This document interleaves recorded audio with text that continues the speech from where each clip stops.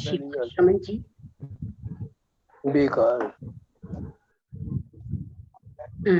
Today, I am very glad to express all the distinguished members, professors, distinguished scholars of jazz. Today, I am very happy and pleased to share my views on the social implication of Jain doctrines. It is a continuation of my previous lecture. Actually, on that day, I have discussed social implication of Jain ethical doctrines, metaphysical doctrines. Today, I am going to discuss the social implication of Jain ethical doctrines. In this topic, what is the main objectives of my speech today is to highlight the social relevance of Jain ethical doctrines preached by Tirthankar Mahavir and its functional role in the society. To search the areas of social implications of Jain doctrines in a wide context in all spheres of life, namely at individual level, familial level, business level, organizational level, political level, economical level, national and international level, to bring into light the solutions of the present social problems through the Jain doctrines in modern perspective. And the main focus of my lecture is that how individual peace can lead towards the family peace, community peace, national peace, and world peace. So the crux of my speech is that social transformation through self-transformation, self-transformation. Unless and until Sudhare Vyakti Samaj Vyakti se Rashtra Swayam Sudharega. Unless and until we will not understand this main thesis or main point, we always try to change others. Let's start from ourselves. Social transformation through self-transformation can take place irrespective of their caste, color, creed, country, and language. So today I'm going to discuss about the applied Jain ethics. Already I have discussed applied theory of karma, the social significance of theory of karma, and the social significance of enlightened worldview, of 8 limbs of enlightened worldview, Samyak Darshan. In the last previous lecture, I have discussed about this, and one independent lectures in jazz itself, Jain business ethics and environmental protection. I have already delivered lecture.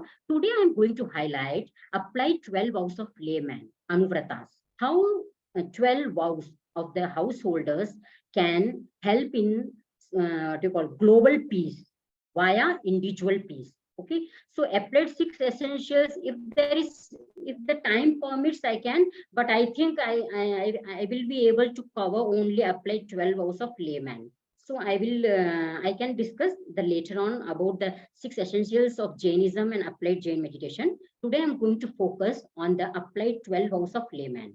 So Tirthankar Mahavira had a far insight that he has given us 2 levels of code of conduct, Anuvratas and Mahavratas. In any other schools of philosophy, whether it is Buddhism or Sankhya, Yoga or Nyaya Vaisheshik, Vedant, in any school of philosophy, we don't find 2 levels of code of conduct.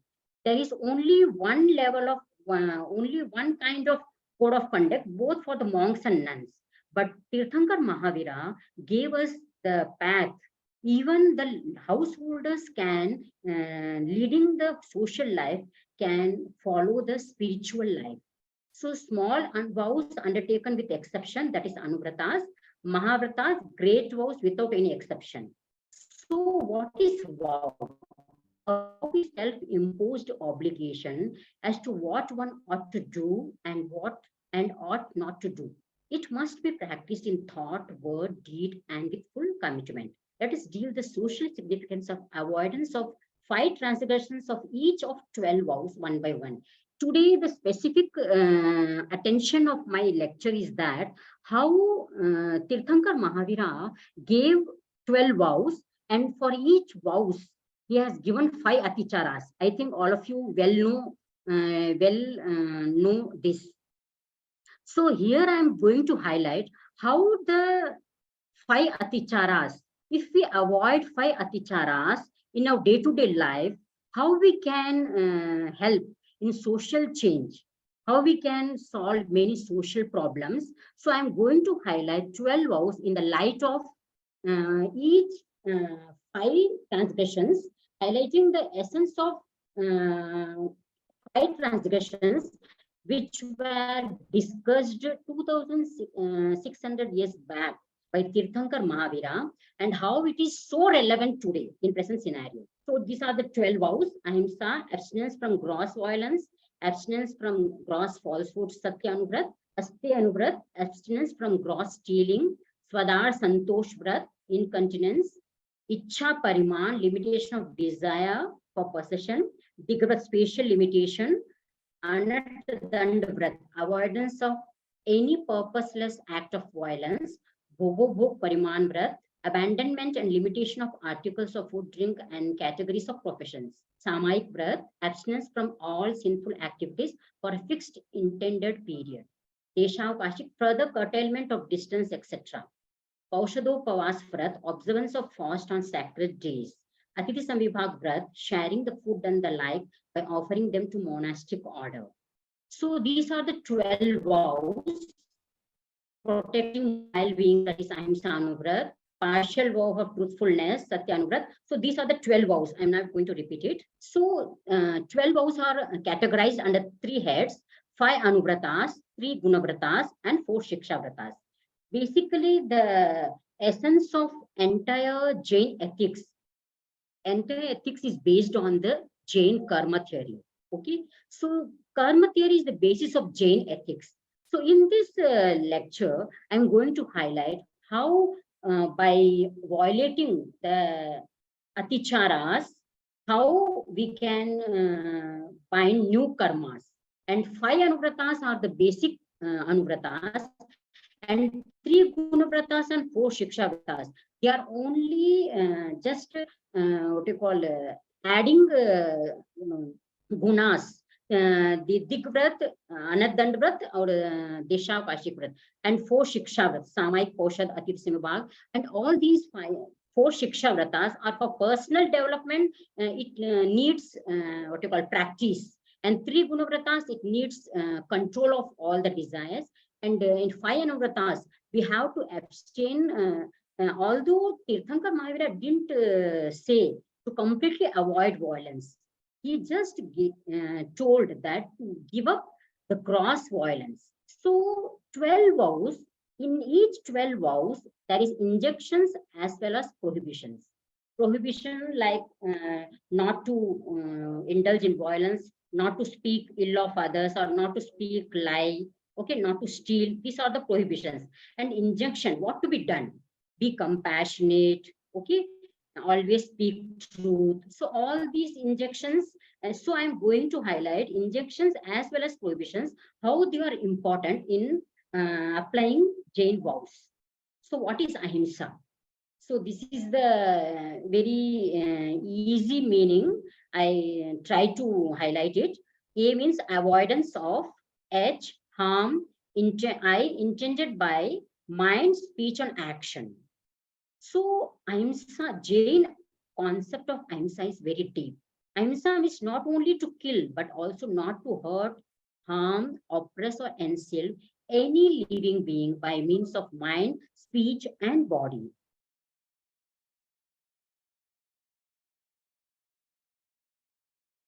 So the main thing is whenever any person indulges in violence, first violence occurs in mind. So whatever we see, violent movie or violent video games, kids used to see, all the school shooting, etc. are occurring because of what they see, they think upon it, and they want to do that, and they act accordingly. So violence is very much related with, it begins with the mind, and mind works before the mind works. There is perception, thinking, want, and then action occurs. So I don't want to go in detail. So the Jain concept of non-violence is, there are 2 kinds of violence: subjective and objective violence. What is subjective violence? To harm self, suicide, etc. Objective violence, to harm others. there is a very important quote in the Acharang Sutra, Purisa tumam sinama satcheva jam hantavam ti mannasi. It means one whom you think should be hit is none else but you. One whom you think should be tortured is none else but you. If we understand the what we call the deep meaning of this aphorism, I think no one will indulge in any kind of violence, because whom do you want to harm, or whom do you want to kill or hurt in any way? Actually, you are hurting your own self. Actually, each, as per Jain philosophy, from the existential point of view, each soul is equal. So, harming self is equal to the harming others. So, here I'm going to highlight the social significance of avoidance of 5 transgressions of Ahimsa Anuvrat. Vada, Bandhan, Chedan, Atibhararopan, Annapana Nirodh. So, what is the social relevance of Vada? Vada is nothing but killing, taking life out of passion. For the observance of this vow, householder refrains from killing innocent human beings, exploitation of the natural resources, purchase of violently produced consumable and non-consumable goods, medical violence, cosmetic experimental violence, and so on and so forth. It is the increase in the artificial needs that leads to violence. As per Acharya Mahapragya, instead of ahimsa parmo dharma, non-violence is the greatest dharma, we should call aparigraha parmo dharma. It means non-possession is the greatest dharma. The main cause, because the main cause of violence is clinging towards the possessiveness of materialistic pleasures and monetary centered attitude. So, second is bandhan. So I don't want to go in detail. So I'm just all the 5 aticharas, how they can be applied in present scenario. So I'm going to highlight that how they can be applied in these areas also.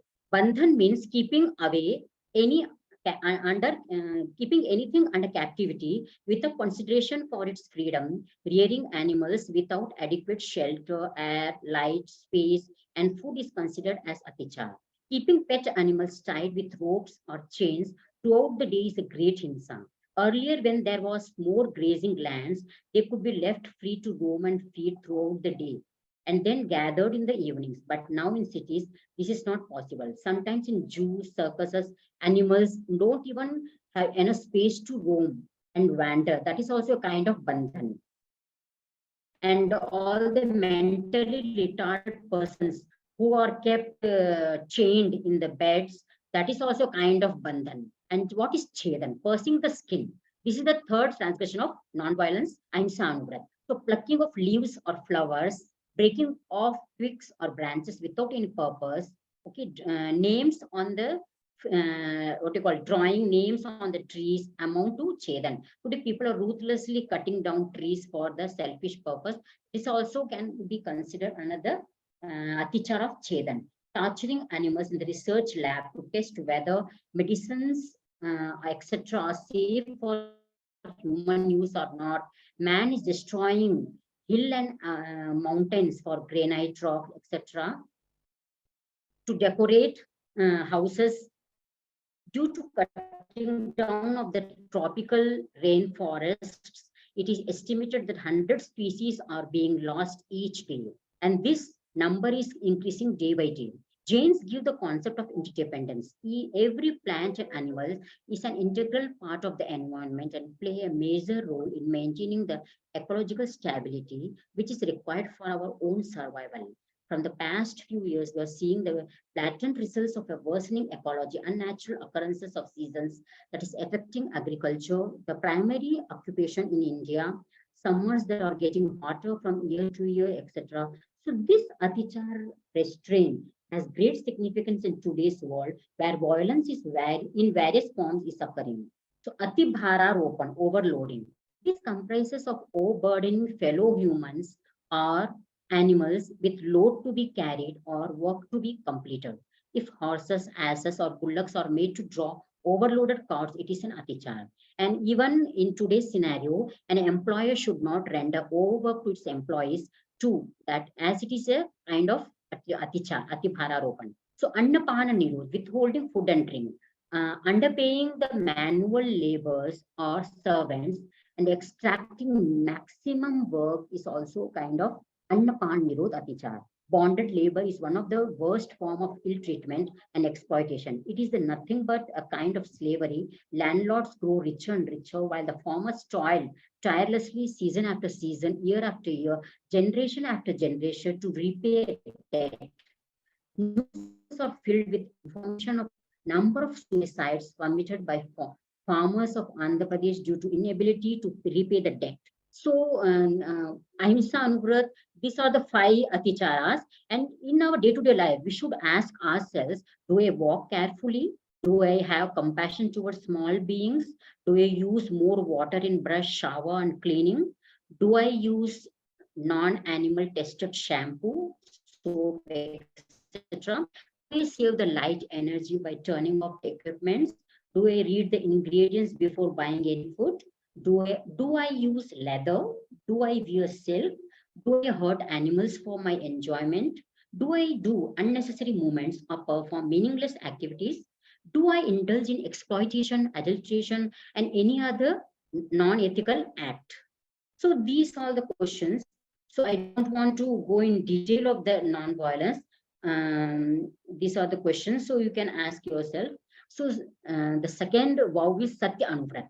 So in Satya Anuvrat, the 5 aticharas wrong in giving wrong instruction, divulging secrets, forging documents, misappropriating funds entrusted to one's care, disclosing confidential deliberations, and one lie creates 1,000 lies. All of you know this quote.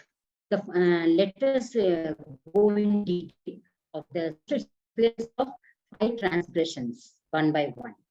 Mithyopadesh, wrong instructions. It means giving false or wrong advice. Misguiding and mismanagement have become the order of the day in all fields, political, medical, social, etc.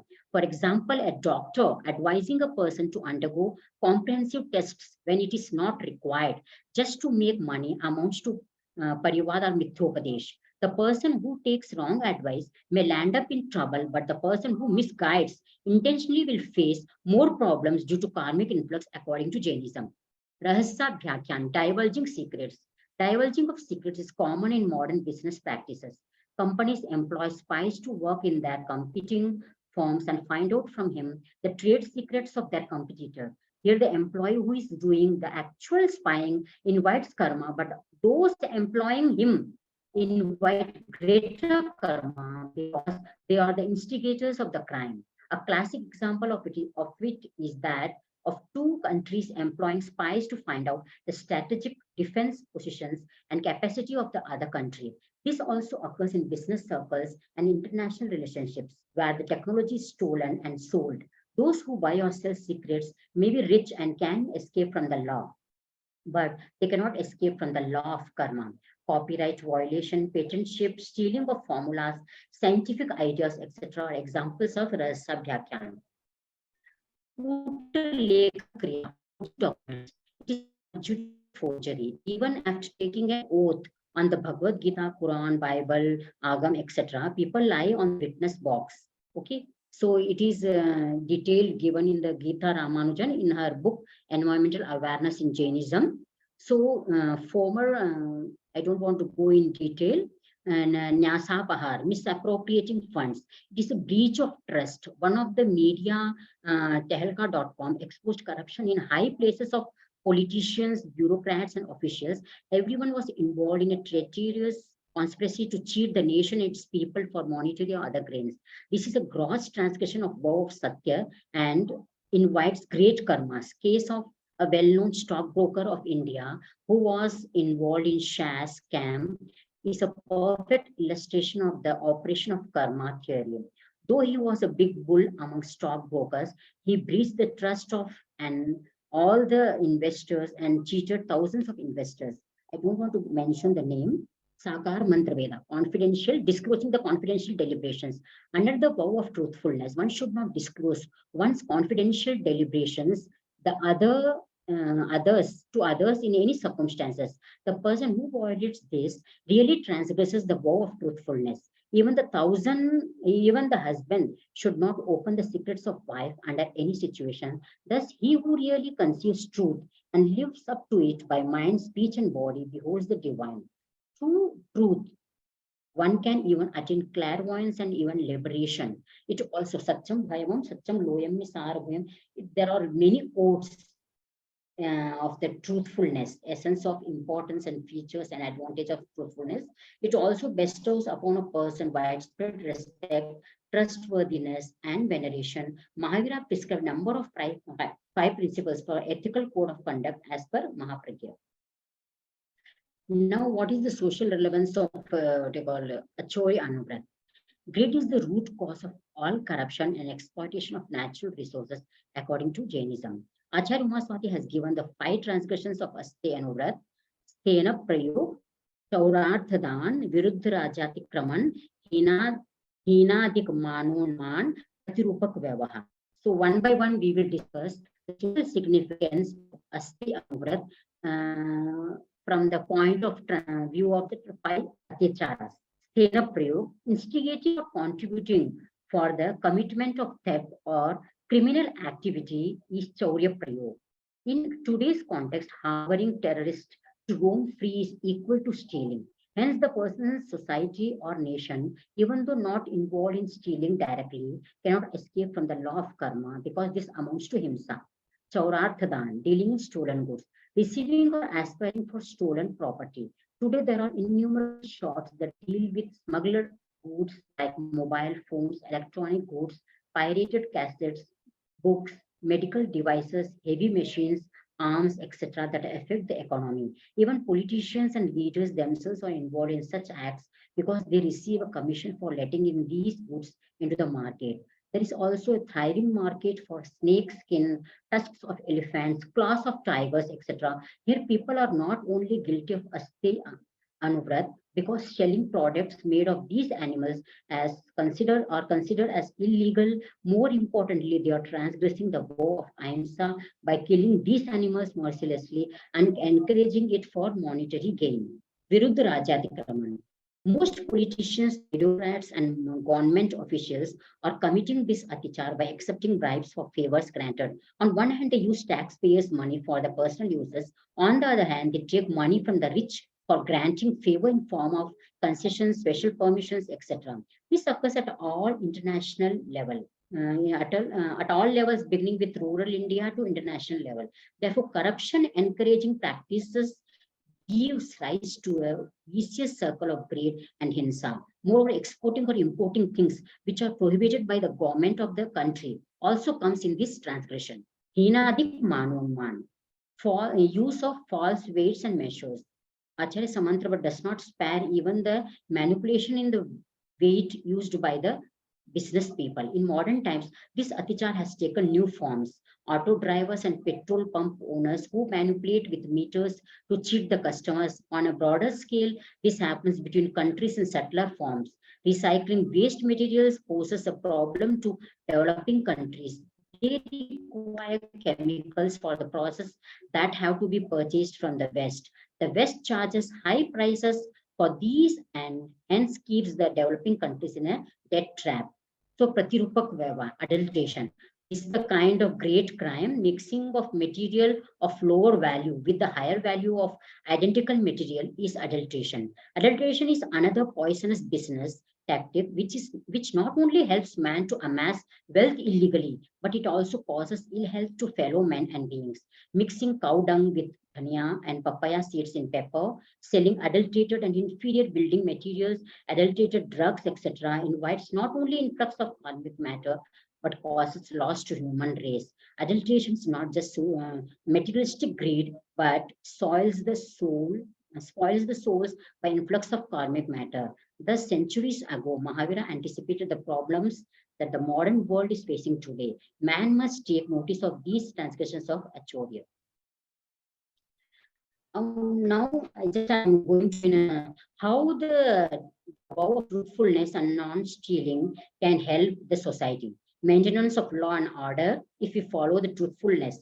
Satyanuvrat, mutual trust in the society, control over crimes and punishments, no stealing of formulas, ideas, copyright, adulteration, hijacking, corruption, misweighing, etc. And stealing human parts, evading taxes, smuggling, dealing in stolen goods, evading customs in foreign lands, dealing in counterfeit goods. All these can be avoided if one follows the vow of non-stealing.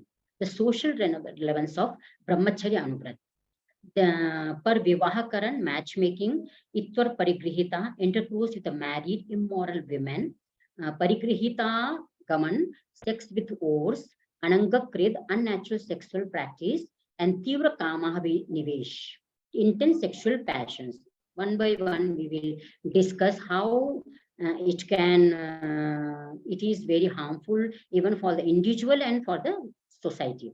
In today's world, per Vivahakaran is very much in vogue, not knowing the implication of arranging the marriage of others without the permission of the parents. A laity should behold duty of finding suitable mates for his own children.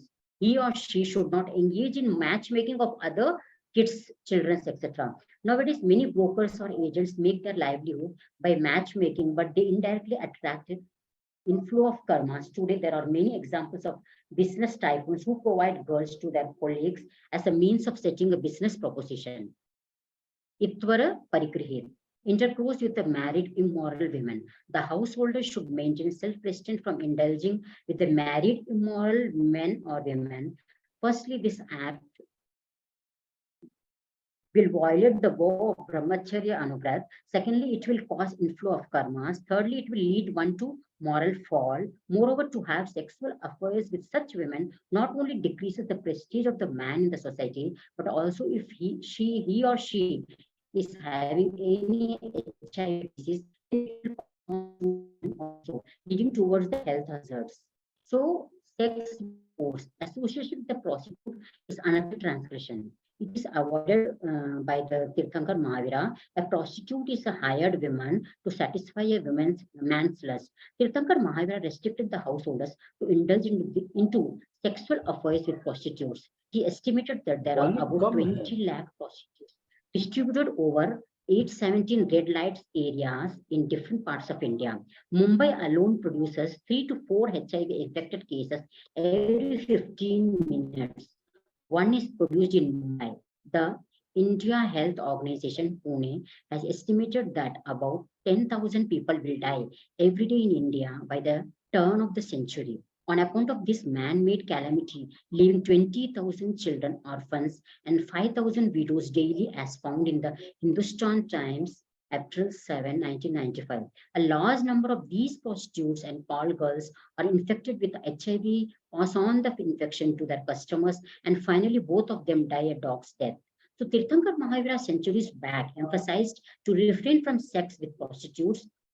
This resolve of vow celibacy, if absorbed in our practical life, would be a boon to any society where there will be no such AIDS disease, no orphans, and no prostitutes would ever survive, which are considered to be a dark side of any society.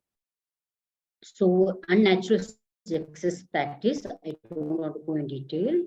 It means excessive inclination for enjoyment of sensual pleasures in the name of spirituality. Many young girls being made a victim to sex in the respective ashramas is nothing but this atichar. Emphasizing on materialistic pleasures of modern man has just worsened the situation. Open sexual pictures displayed through television channels, newspapers, and magazines arouse sexual urges in the immature students, kids, etc. Every day, we most probably hear the news relating to the cases of rape.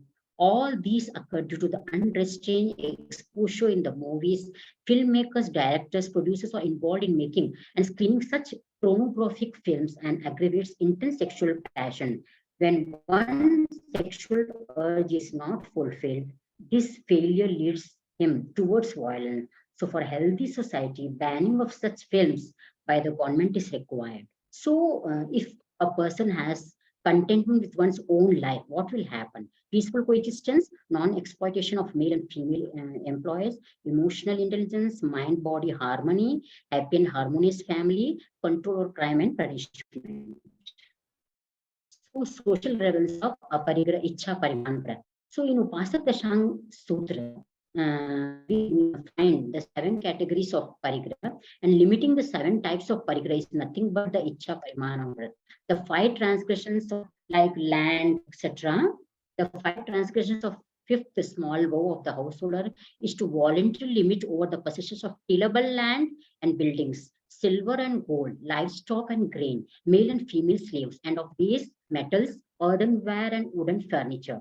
All these objects of possessions are limited by Anand Shravak during the mundane life, as he took the 12 small vows from the Tirthankar Mahavira out of his own interest. It is a sort of self-discipline towards one's acquired possessions and good way of leading a detached life. So, the what you call non-control of desires has led to the many problems. Today, I want to highlight the importance of oxygen and how the marine living beings play an important role in our very in the production of oxygen, etc., and how they dispose the carbon dioxide which is exhaled by us. Human uses of the oceans. The ocean has been linked to human activity throughout history. These activities serve a wide variety of purposes, including navigation and exploration, naval welfare, warfare, travel, shipping and trade, food production, fishing, whaling, seaweed, farming, aquaculture, leisure, etc. All these, for this, we are using the ocean. But the main, all the marine living beings, what they perform, the important function is that whatever the carbon dioxide we exhale in on the earth, they just take those that carbon dioxide and go beneath the ocean, and they dispose over there. So, due to the non-vegetarian lifestyle, food habits, these marine beings are on the extinction list. And due to this, the carbon dioxide ratio in this on the earth is increasing. So, marine pollution occurs when substances used and spread by humans, such as industrial, agricultural, and residential waste, particles, noise, excess carbon dioxide, invasive organisms enter the ocean and cause harmful effects there. The majority of this waste comes, 80% comes from the land-based activity, although marine transportation significantly contributes as well. Since most inputs come from land, either via the rivers, sewage, or the atmosphere, it means that continental shelves are more vulnerable to pollution. Air pollution is also a contributing factor by carrying of iron, carbonic acid, nitrogen, etc. So here, due to the pollution in the water, oceans, etc., how we are killing the aquatic animals. It is estimated that there is a stock of 90 million tons of plastic marine debris in the worldwide ocean as of the end of 2019, assuming that 1.4% of global plastics produced from 1950 to 2030 has entered the ocean and has accumulated there. It is estimated that 19 to 23 million tons of plastic leaks into aquatic ecosystem annually. UN Ocean Conference in 2017 estimated the oceans might contain more weight of plastics than fish by year 2050. So these all because of the uncontrolled desires. So we can control our desires, and we can should not throw plastics or unnecessary things in the water, etc. So this is the new concept, how the 12 vows and the Indian Penal Code, all the laws and the 5 transgressions which are discussed by Tirthankar Mahavira of each 12 vows is the kind of punishment in the Indian Penal Code. So I have just, I don't want to go in detail. I want to highlight like offenses against the army and navy, fault of the 3rd vow, Viruddha Rajatikraman. Offenses committed by public servants, the false vow of Satya and Asti Anuvrat with their faults, means transgressions. And false coinage corruption in the, what you call, in the section 230 to 263, Pratirupak Vyavahar and Viruddha Rajatikraman, faults of this 3rd vow. and offering offenses regarding weight, misweighting, etc. Hinadik manonman, offenses against health, safety, faults of the first two vows. Ahimsa Vrat, offenses against the religion. So and offenses against the person. So all these, each and every transgression of 12 vows is considered as a punishment in the Indian Penal Code.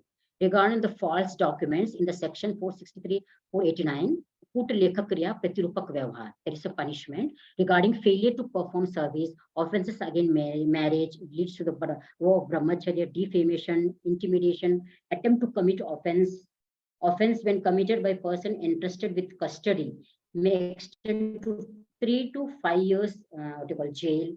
So all this nyasa pahar. So all these, I just wanted to highlight how these aticharas or can be compared with the Indian Penal Code. And if 12 vows are observed by without what you call transgressing the 5 aticharas, then there will be no crime and punishment in the society. So 7 supplementary vows. These are the 7 shiksha vrat. Okay, so these are the guna vrat and shiksha vrat. So limitation of direction, limitation of consumption, limitation of unnecessary violence, vow of equanimity, samahika anuvrat, vow of deshavakashik vrat, vow of paushat, vow of sharing. Here I am going to go a little bit fast.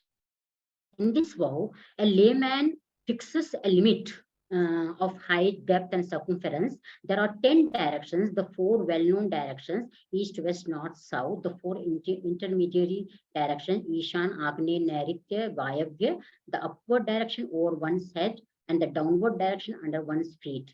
This is the vow of to limit the distance in all the 10 directions, up to which and not beyond which the vower will undertake unvirtuous activities. This vow helps in inhibiting the inflow of karmas from these restricted directions. So these are the 10 directions. Jain teachers have compared a layman to a heated iron ball, burning everything in whatever it touches. Hence, it becomes important to restrict the sphere of your activities as well as the activities themselves. Only then karmic influx can be reduced to a minimum. In Digvrat, an individual voluntarily curtails the distance he will travel in any given direction. He sets definite boundaries marked by the position of well-known rivers, seas, mountains, or he simply limits the radius of his movements to a specific number of miles. By spending the lifetime within such boundaries, one can at least prevent himself from perpetrating violence in the areas beyond them. The more the restraint, the more peace of mind and mental contentment is achieved. So next is Upabhog Paribhog Pariman Vrat. So what is Upabhog? Things used once or used internally, such as food, flower, garland, etc. Paribhog, things that can be used repeatedly or used externally, such as house, furniture, women, clothes, jewelry, vehicles, etc. So we should limit our consumption. Bhogo. Now today we see, there is a quick change of fashion. According to the change of fashion, they change their watch, mobiles, dresses, etc. There is an endless list, tempting packed junk food. This is a very good way of marketing and tempting the kids, and self-imposed restraint on usage of cosmetics. And if the limitation, the Bhogogo Parimana Vrat highlights that we should not use the cosmetics which are tested on animals, etc. Disciplined use of natural resources. Information overload and professional ethics, development of detached attitude, ecological balance. So limitation, So in the last lecture, I have highlighted how applied like I have discussed about 15 karmadan, which are highly violent. So I don't want to go in detail. These are the 15 karmadan. Business in charcoal, cutting jungles. So under the vow of Bhogo Pariman Vrat, we control our food habit, also And we also have the control over possessions. All the we should have the control over what they call violent professions also. I have discussed in details, so I'm not going in detail of this. Okay, so I'm going to highlight the social significance of Anardand Vrat.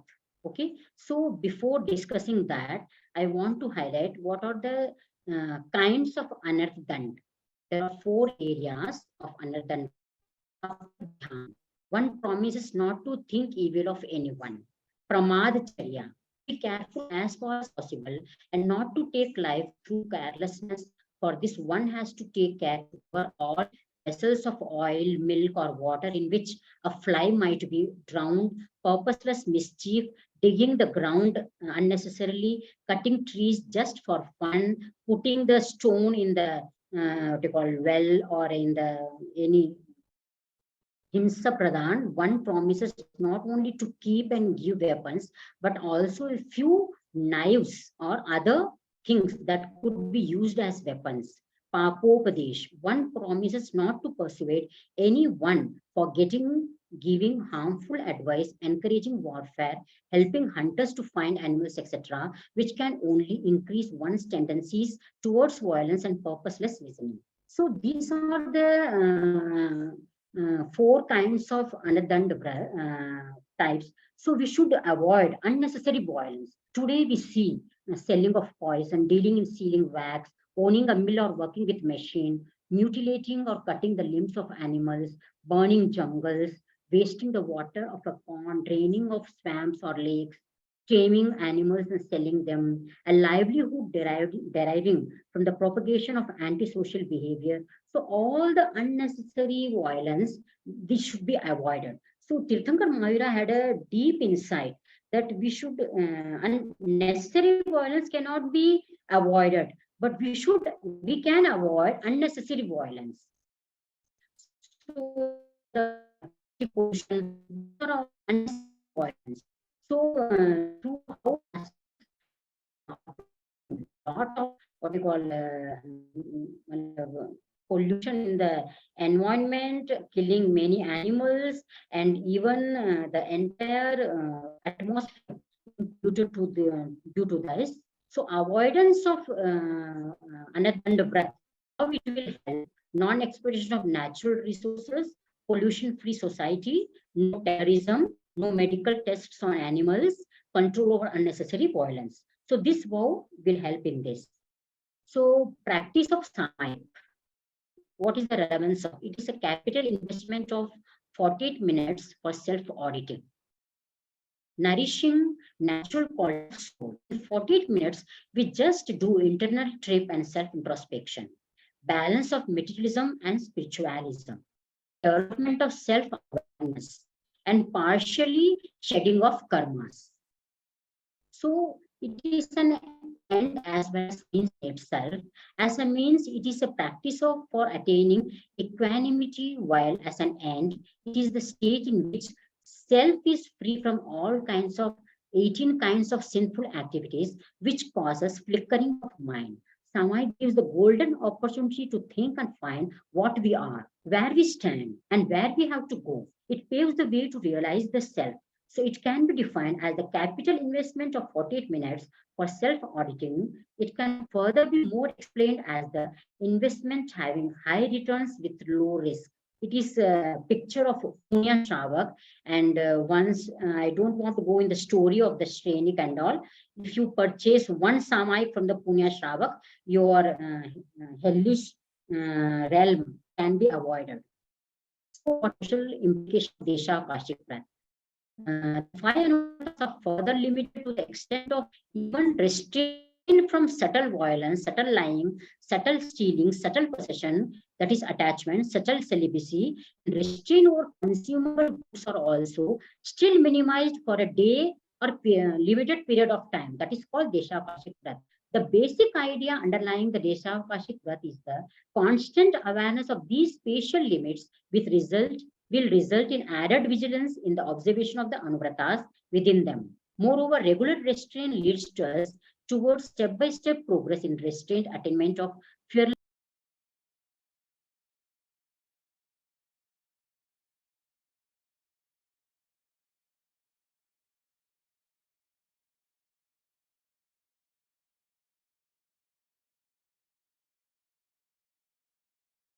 Thank you Sameer ji, बहुत बहुत धन्यवाद।